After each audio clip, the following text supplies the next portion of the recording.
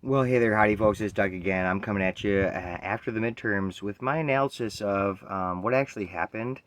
And I do have to say the polls have been off in the terms of Republican leaning and Democratic leaning.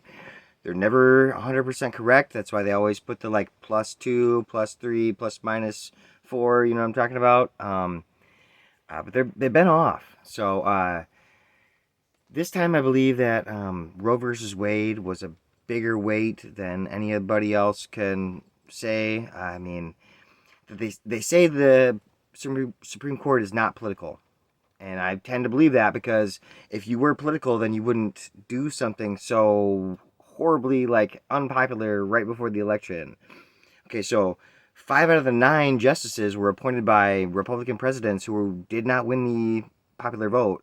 And so I know that they were like confirmed by the Senate, so it's not particularly 100% the problem of the president that appointed them. However, how often has a Supreme Court justice not been like voted on? I mean, Merrick Garland, okay, um, in recent terms. So Roe versus Wade threw those polls way off. Another thing, Gen Z is really a much more political entity than anybody else can imagine. So in the next election cycle, they will outnumber boomers 2 to 1.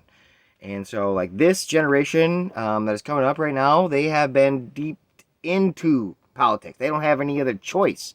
They can't write it off. They can't be apolitical. They can't sit it out and go smoke weed or whatever they're gonna do. Like I don't mean to say that because I just smoke weed, but and I voted too, so I'm using that as an example. They're not going to go play basketball and play Call of Duty or whatever else like other generations have done to like ignore politics. They don't have that option. They have to be political, and they came out in force. And I only expect it to grow. So that's another huge factor. So Roe versus Wade, Gen Z coming out in force. Just threw every one of the polls off. They didn't wait that enough at all. So historically, I mean, younger generations don't get politically active. And who can blame them? It's boring as fuck. You're preaching to the choir on that one. Like, it takes a little bit of, like, effort to be involved in this bullshit. Like, I think they make it depressing on purpose to get people to be, like, to just drone out and, like, oh, whatever, I don't care, and all that, and, like, not become involved. But this generation somehow, like, exceeded expectations at this juncture. So.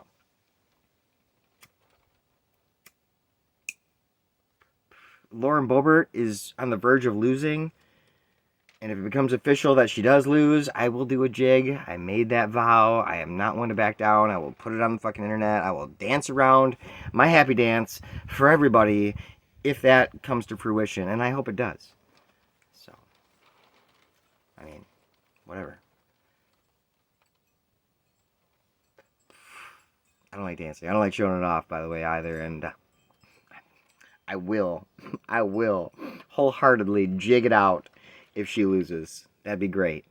Um, Big win is Fetterman. I mean, what are you gonna say? Like, uh, Fetterman to me was the big win because I will not say that the governor of Michigan had a great night, even though she kind of did. And I gotta give it to her on that. I don't like to say her name. She's not my buddy. The governor of Michigan had a great night. So did Fetterman, and he exceeded all like expectations. I mean, gotta give it up for that guy. I will not say the same thing about Ron DeSantis, and I'll tell you why. Because he used every single dirty trick in the book to make himself get the biggest advantage so it looks as best as possible for him on purpose. Because he's a piece of shit, and he can't do so. He can't win with that big of a margin without doing every single underhanded, dirty motherfucking trick in the fucking book that he can get away with. And that's what he did. So if you like that sort of thing, which, hey, you know, I mean, there's results there, so I kind of have to, like, give credit to where credit is due, but if you're, I mean, I could go into gunpoint and make $1 million fucking dollars. I mean, is that really like admirable? Is it really like something you want to look up to and show your kids? Oh, this is how you cheat and shit. Like, oh, look at Ron DeSantis. Chris was not the best character to go against him. I don't think so at all. But on the whole, all of Florida had a horrible night for the Democrats, and it stands out, and there has to be something to that. It is not just a coincidence. Sorry, it can't be. I won't accept that. It's not. And you can disagree all you want to, that's fine. But I think I have a point. So Rubio, Gates, DeSantis, all just like swept like Miami-Dade County. Like, you got to be out of your fucking mind. Anyways, skipping over Florida, um, Arizona, Nevada, and Georgia are all toss up. So Kerry Lake might still come out on top, but Trump is the biggest loser. His biggest endorsements are on the fail. So Kerry Lake is one of the bigger ones, and she might have a chance at this point. If it goes to a runoff, maybe.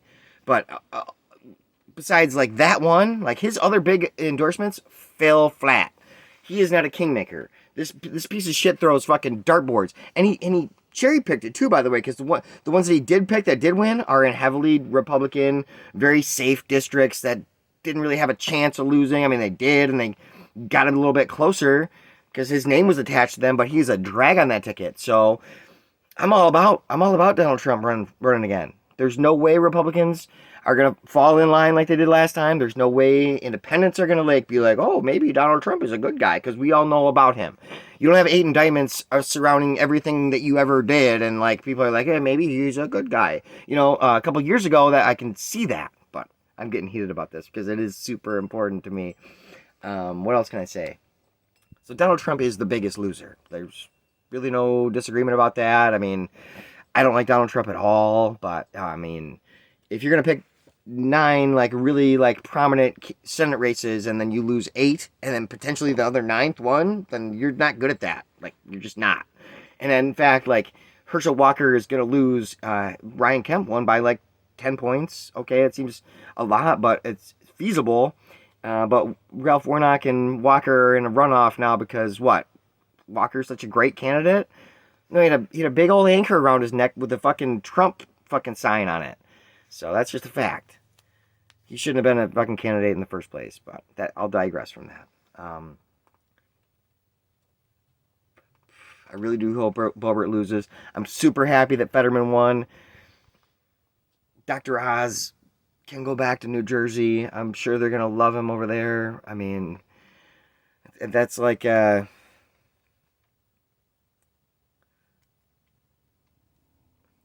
like one of these big mega church guys running for office. Like, we know you're terrible. Like, you're not gonna win a national race. Okay, it's really hard to win a statewide race. But then, like, again, like, so it's really hard to win a statewide race. Yeah, Chris lost and Beto lost. See, I don't have any love for Beto. I wish he would have won against Abbott. I really do. He fell short by a lot.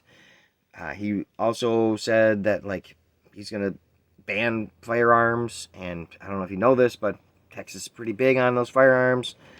I was born in Texas, not really from there, but I will say that it's pretty famous for their firearms, and you can't just go on national TV and tell everybody in Texas that you want to take away their firearms. It just will not sit well with a lot of people.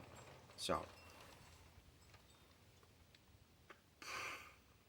but there was a bunch of gerrymandering fucking bullshit, closing the election polls and all that shit. Not allowing people to give people water and whatever like Greg Abbott had to do to get people to like vote that much less to make sure that Beto lost. And the same thing with Ron DeSantis. I mean, these people are going to be running for president, okay? So Gavin Newsom must be sitting pretty. I mean, he's sitting comfortable in California.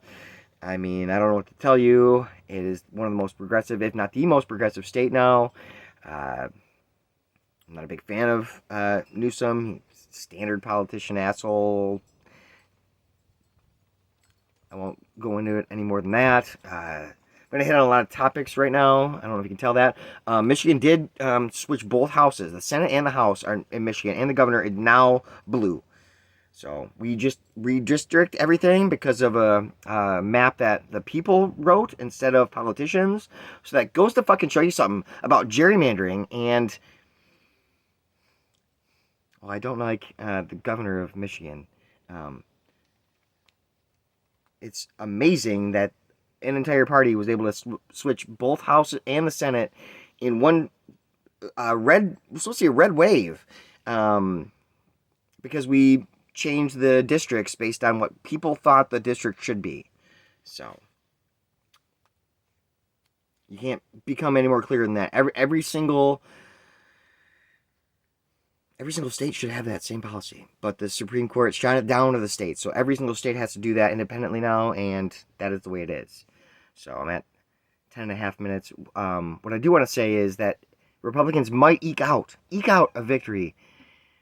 The Senate is almost sure going to be Democratic, but the House could go to Kevin McCarthy. And if that is true, they eked it out, and they did so with lifetime Supreme Court justice appointments, gerrymandering to the hilt in a lot of these fucking states, the filibuster, denying Biden his biggest legislative thing.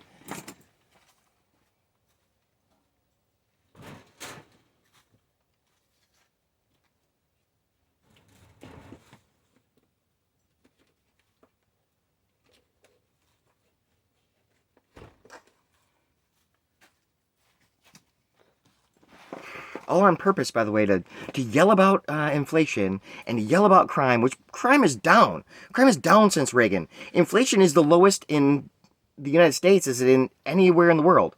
Okay, so Japan, Argentina, the European Union, anywhere that there's a modern economy, Japan, China, Russia, everywhere, inflation is horrible right now. It's the lowest in the United States, and they don't have a plan to do anything about that.